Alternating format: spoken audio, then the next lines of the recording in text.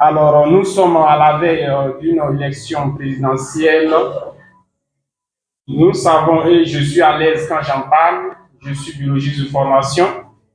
Nous savons que la question des élections en Côte d'Ivoire ressemblerait au VIH-Sida, qui n'est pas en vérité une maladie, mais c'est une maladie opportuniste qui sont les maladies opportunistes qui viennent terminer la victime. Ce que je voudrais expliquer par là, c'est que chaque 5 ans en Côte d'Ivoire, on fait un peu palabre, on se tue un peu. Le lendemain, on crée une commission de réconciliation. On alimente avec l'argent du contribuable et puis on attend encore les prochains 5 ans pour recommencer.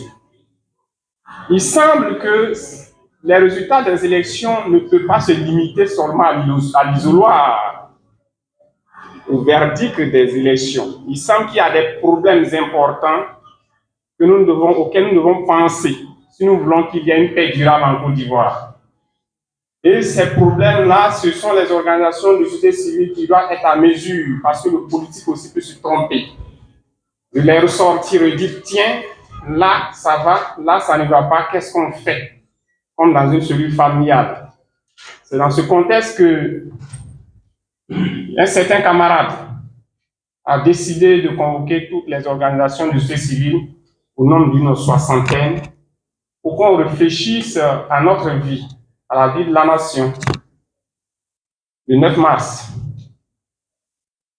dernier, il y a eu l'engagement de ces organisations, une soixantaine, autour d'un minimum, c'est-à-dire se mettre ensemble pour poser la question de vivre ensemble en Côte d'Ivoire, et pour poser la question des problèmes que vivent les Ivoiriens, pour poser la question de la réconciliation, pour poser la question cruciale des élections apaisées en Côte d'Ivoire.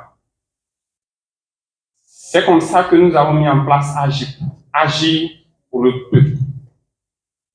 Pour dire que plus jamais en Côte d'Ivoire, le bateau ivoire soit conduit sans la participation inclusive des populations elles-mêmes.